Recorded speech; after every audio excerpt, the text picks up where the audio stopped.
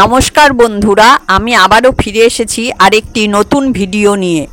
আজকের ভিডিওতে আমি আলোচনা করতে চলেছি জীবনে কখনো কোন 5 জনকে ক্ষমা করবেন না এই বিষয় নিয়ে। শুরু করার আগে বলে রাখি বন্ধুরা, চ্যানেলে এরকম ভিডিও আরও দেওয়া রয়েছে, দেখে আসবেন। চ্যানেলটিকে অবশ্য করে সাবস্ক্রাইব করবেন।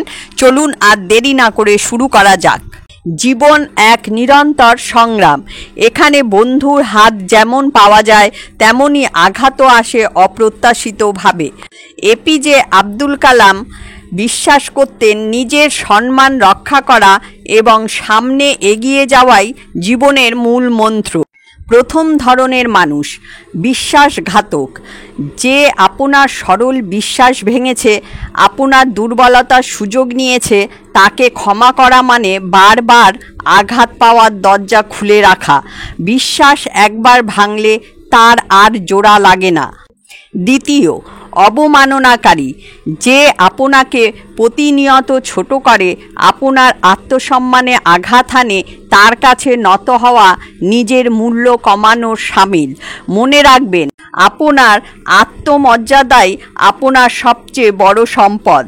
তৃতীয়, স্বপ্ন হরণকারী, যে আপনার স্বপ্নকে উপহাস করে, আপনার লক্ষ্য পূরণে বাধা দেয়, সে আপনার ভবিষ্যতের শত্রু। তাদের ক্ষমা করলে আপনি নিজের লক্ষ্যের প্রতি অবিচার করবেন।